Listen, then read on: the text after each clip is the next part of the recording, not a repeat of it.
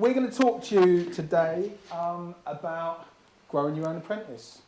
Growing your own people from the bottom up, from the grassroots. Train them in the way that you do business, understanding your customers.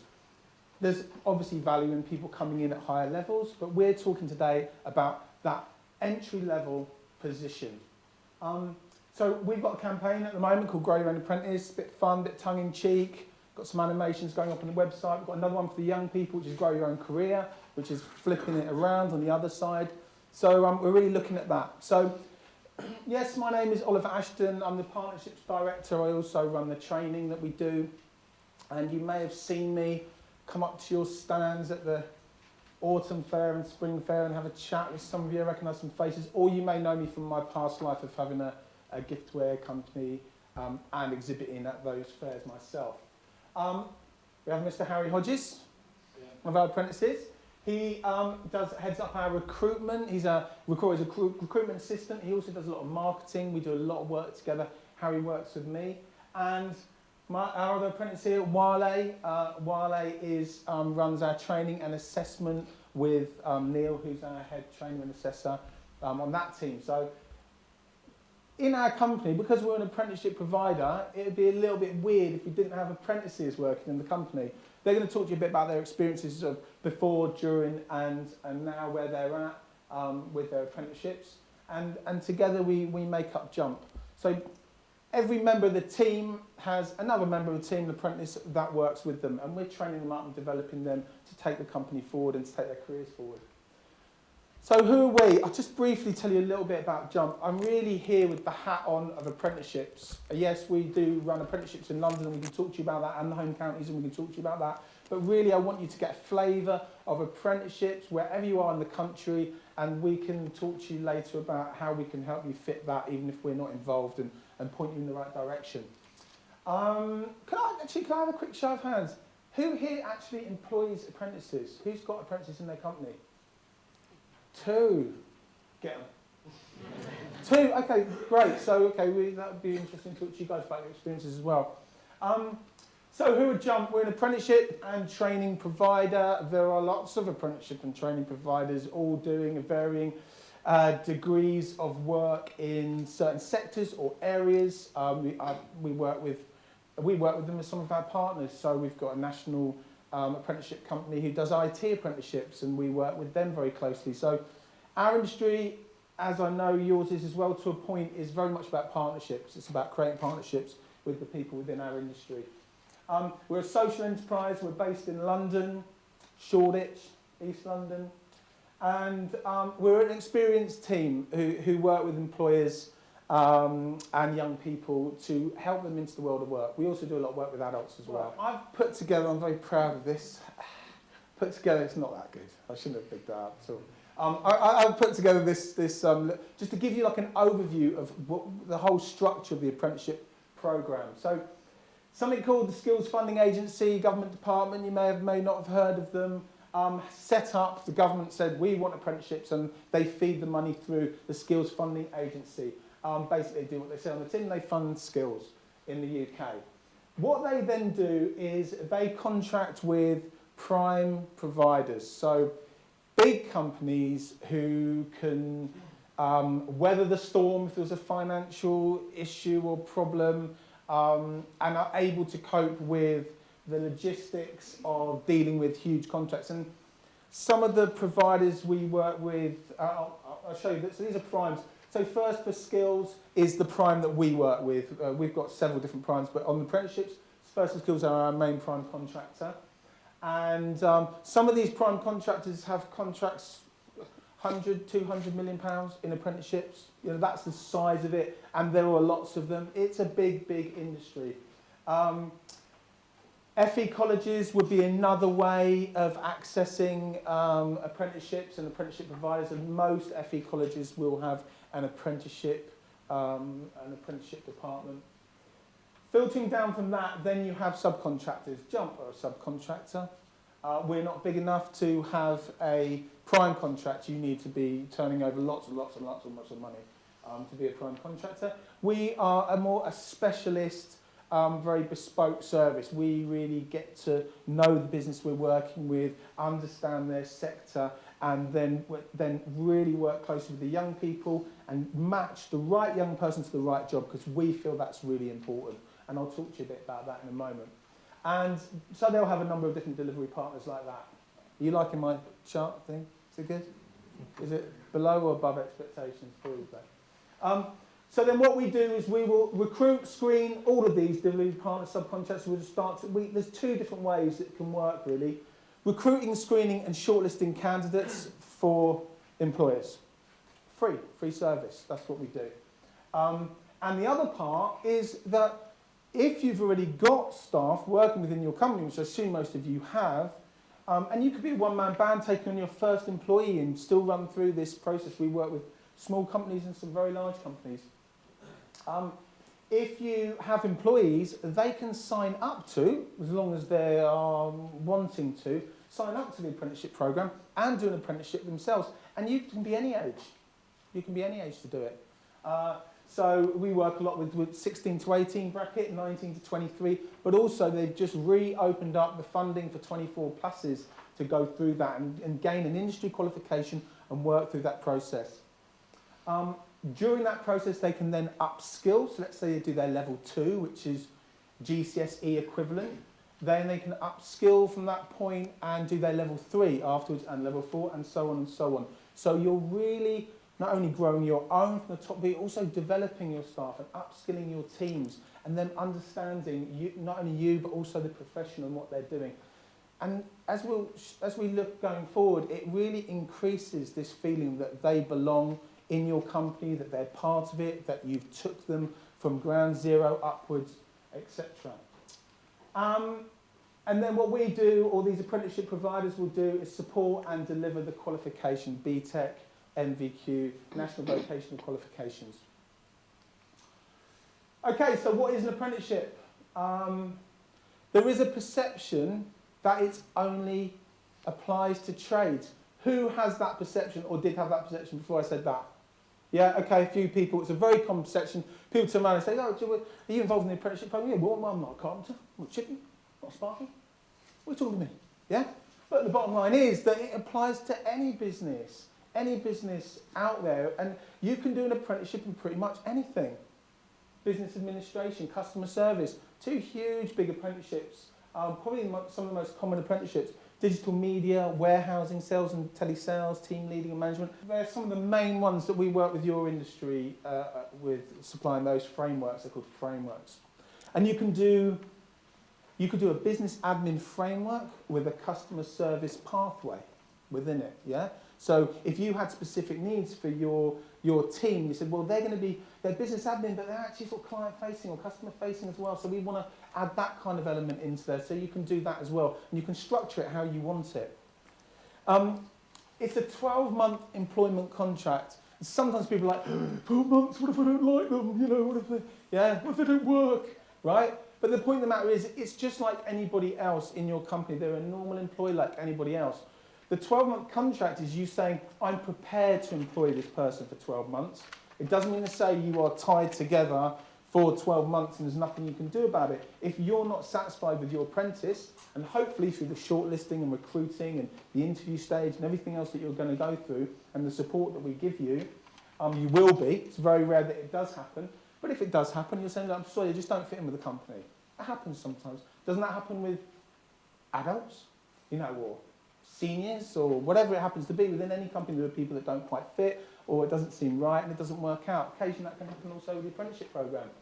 So, but you're saying, I'm prepared, I have a job which will last at least 12 months. And the reason why that's important is because it's 12 months for them to do their qualification. Yeah?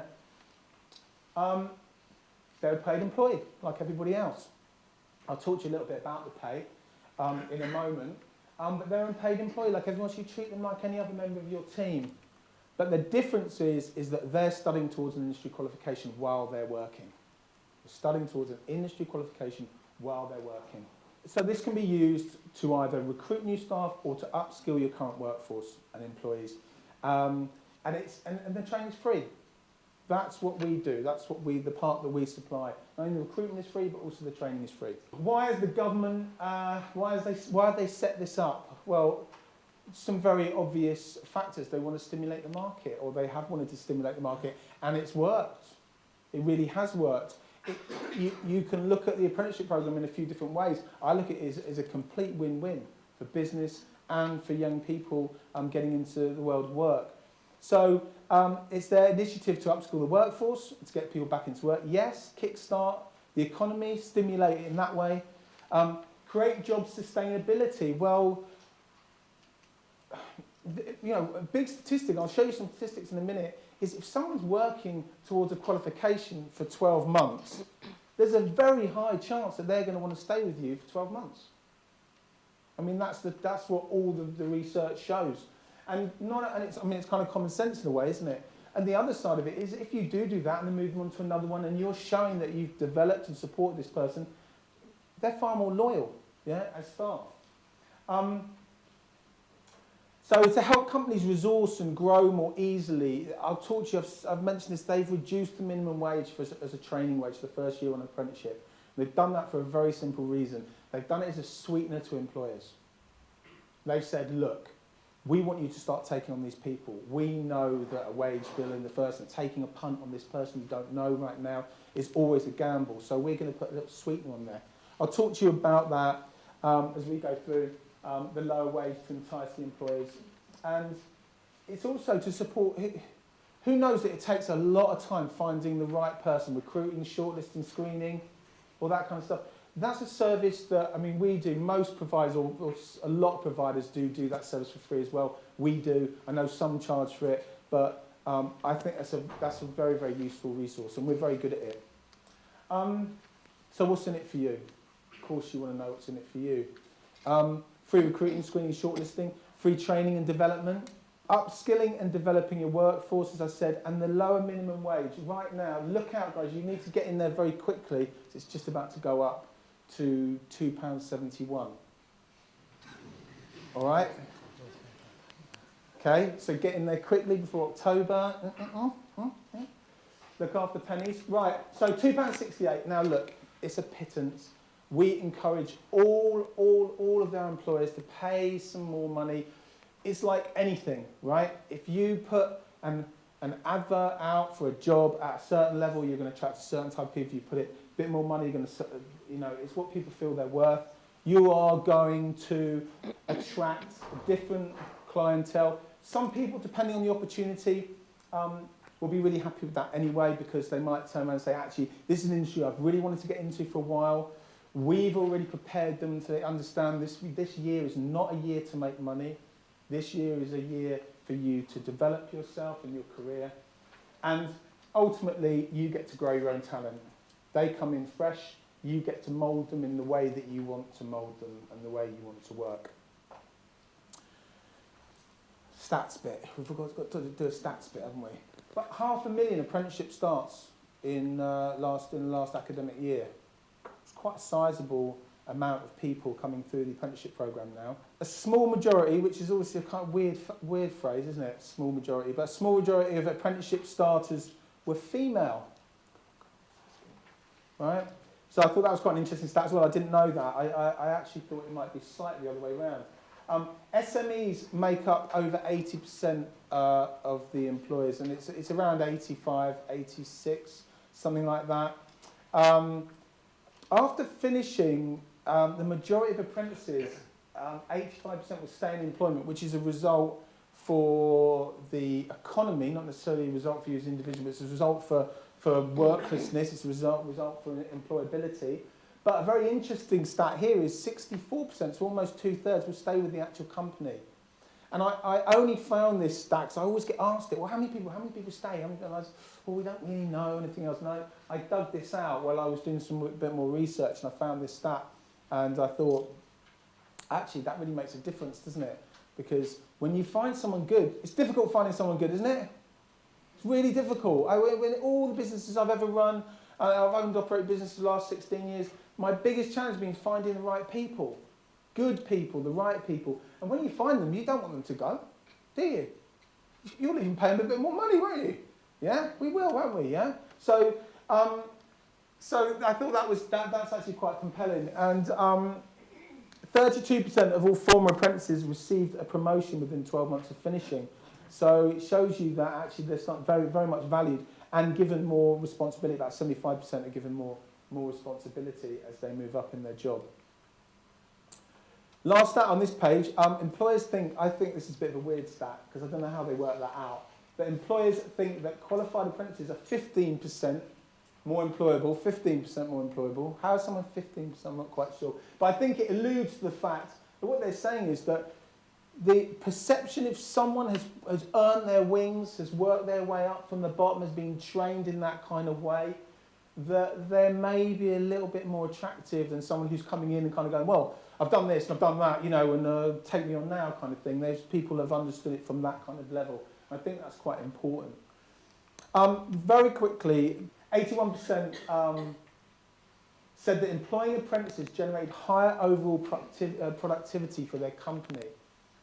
And I think this takes place when, you've got your admin team. Let's take an admin team and they're drowning under all the admin and you're like, yeah, but can I really invest in more admin people because they're not really bringing the sales. And I know it's used from the back end, but they're kind of making do right now, but it's just kind of chugging. And then you kind of say, oh, actually, I can afford to have an apprentice. I can afford to put someone in there to support that role and take some of that day-to-day pressure off my admin staff or my senior admin team or whatever it happens to be, or just my one administrator, and therefore enables me to free up to do other things. Yeah? And I know that Jump use apprentices, an apprenticeship program in this way. It's a win-win. We use it both ways, but I couldn't do the job I do without having Harry supporting me, and I can't do without Harry now, annoyingly enough. 66% said that their apprenticeship program made them more competitive in that industry. 92% said that their apprenticeship program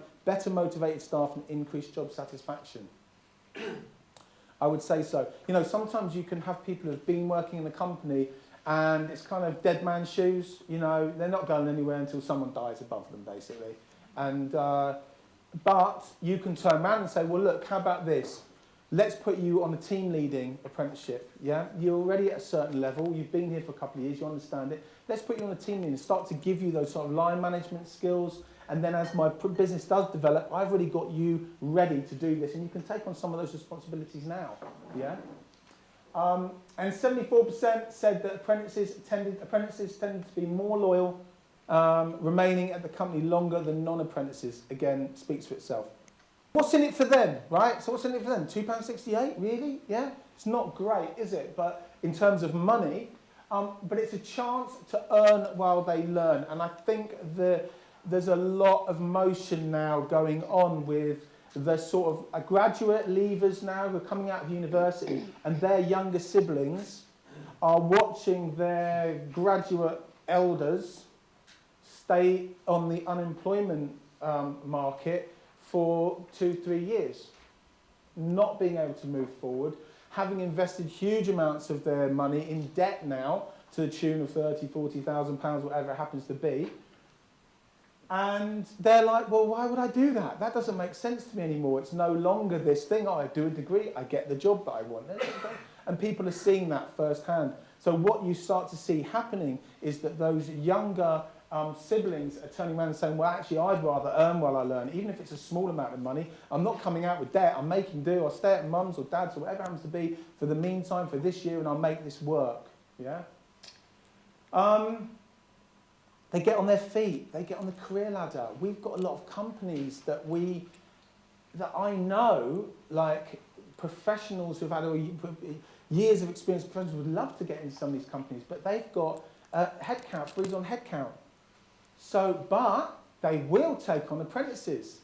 So we're getting young people into companies which other people would give their, eye teeth to get into, but they're not getting into them because they can't. Their official routes are now blocked. But they will take on an intake of apprentices and use the program in that way to support their company's growth and at least to help it stay where it is in the market.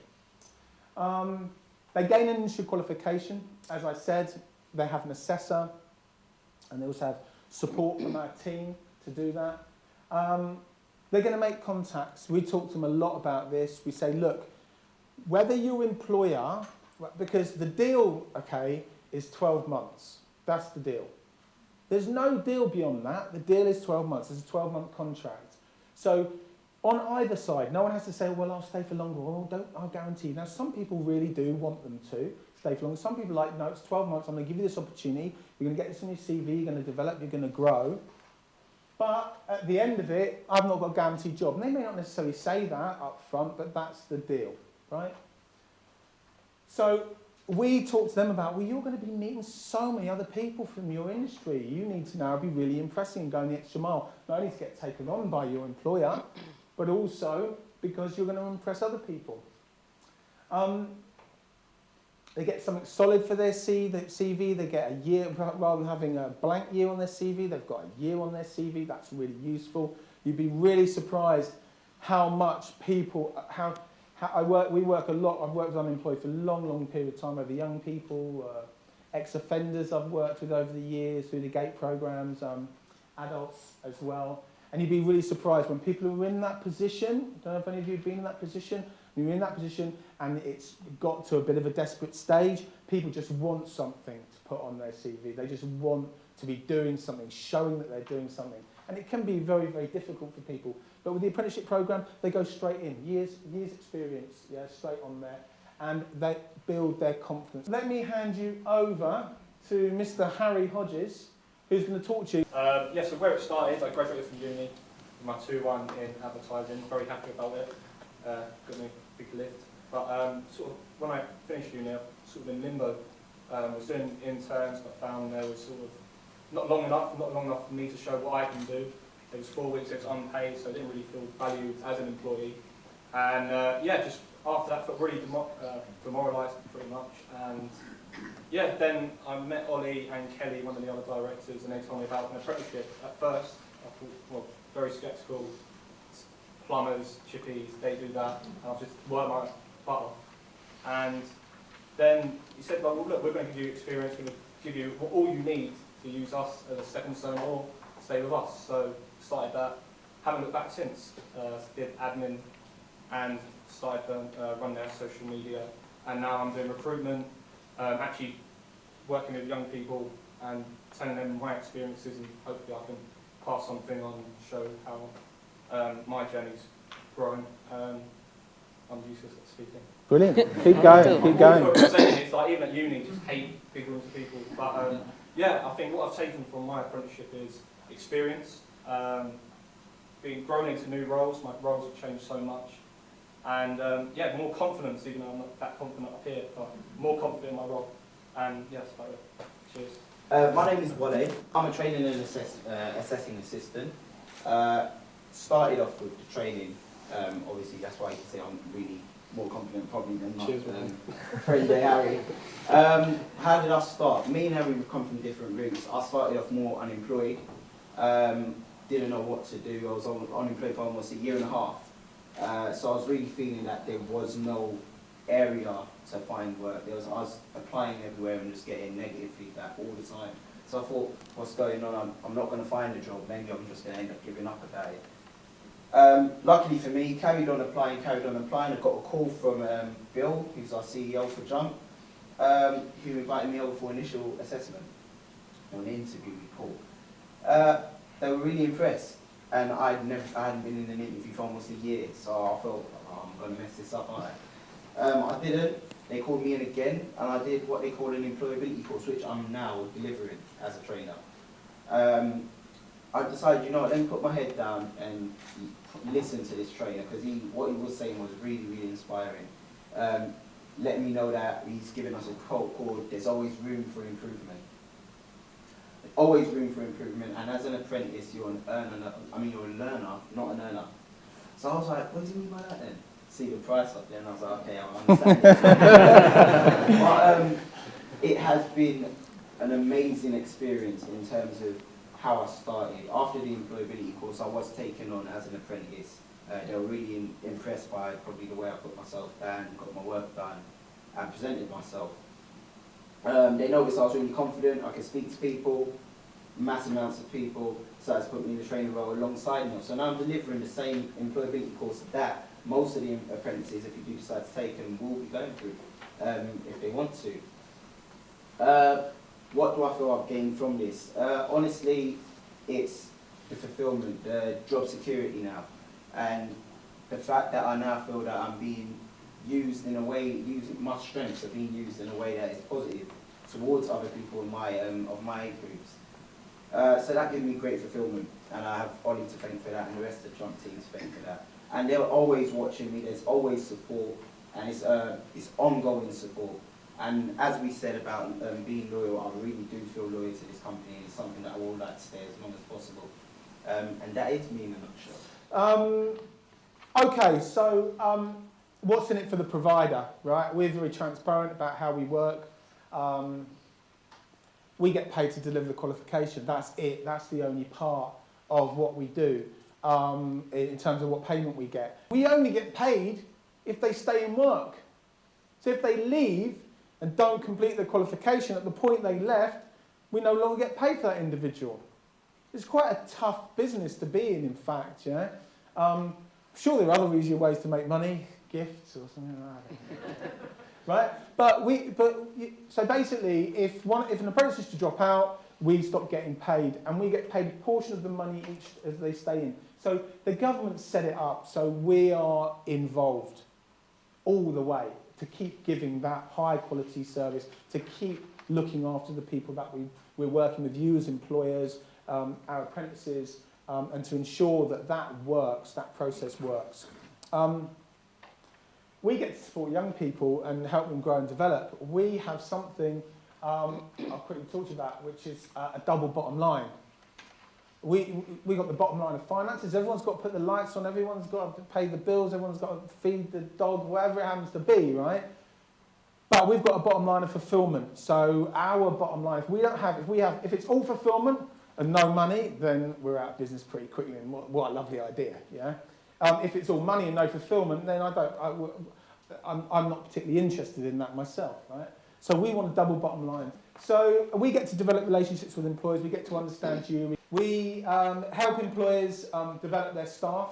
Yeah, it's a wonderful thing to be doing, helping them develop staff. And we've got our double bottom line, as I said. So that's what we do. That's why we're in it. Other organisations are in it for other reasons. Some people are purely financially motivated. It's a business. This is what they're doing. Bang, bang, bang, bang, bang. Some people come from a much more charitable end, and it's just like, we're just going to help young people and we're not interested in what money we make or anything else. As long as we keep the lights and the doors open, we're happy with that. We kind of fit in something in the middle. It's the social enterprise model, basically. Where can it go wrong? Because it can go wrong, yeah? Where can it go wrong? If you're unclear about what you really need, like, okay, yeah, I have an apprentice, give me one, yeah? It can go seriously wrong. You haven't got the time or the structures or support element to get them started. They sit in the corner watching you do things, saying, can I help? Yeah, in a minute. And then you're thinking to yourself, well, it's going to take me more time to teach them anyway what I'm doing, so I might as well keep doing it myself. Anyone been in that position? Another pitfall is if the provider doesn't understand the commercial nature of your business. Now, I think this is a very, very important point. Us personally, we want to get to know your company and how it works. It doesn't mean to say that any provider can't, so I think they can, but they need to have that kind of focus. They need to know that you can't just carry dead weight or somebody that's not right for you, or even placing someone in there that they've not really thought through whether it's going to be a good fit also is going to cost you time and money. Yeah, so we've got to get it right. We want to get it as right as we can from the get-go and understand you. So we come down, we visit you, or we have detailed conversations with you about what you want and what you want to create. If the assessor's not industry qualified, so an industry qualified assessor, so all assessors now who assess MVQs and in work qualifications have to be industry qualified. Yeah? If they're not industry, that means they've had to have been in the industry within the last 3 years, operated in the industry, or they're working towards their CPD points all the time to keep them in the game. So they have to have that. And you want to ask those kind of questions. If your expectations are too high. Like, I had one company, and they were getting out all these orders at Christmas, and they had this massive spike, and this, they rang us up, she's made 5 mistakes. She's made 5 mistakes today. What are we going to do? And we said, well, so what's going on? So how many orders? What's been working? So normally it's like 50 orders, and the team today were trying to get out 1,000 orders. She'd made 5 mistakes, right? And it's like, do you think you might want to lower your expectations a little bit here, yeah? And actually understand, hang on a minute, could this be something you could help us support her in? Is she overworked here? What is the situation? Very quickly, last thing, how the Jump team can help. We can give you general advice on apprenticeships, and we can support you to find a local specialist in your area, whether it's the locality or the specialist framework you're looking for. If you're in London or the home counties, we can support you to create the right role and recruit apprentices for you, and we can sign up your current employees onto the apprenticeship programme if that's something that they're willing to do as well, the employees that is. Thank you very much.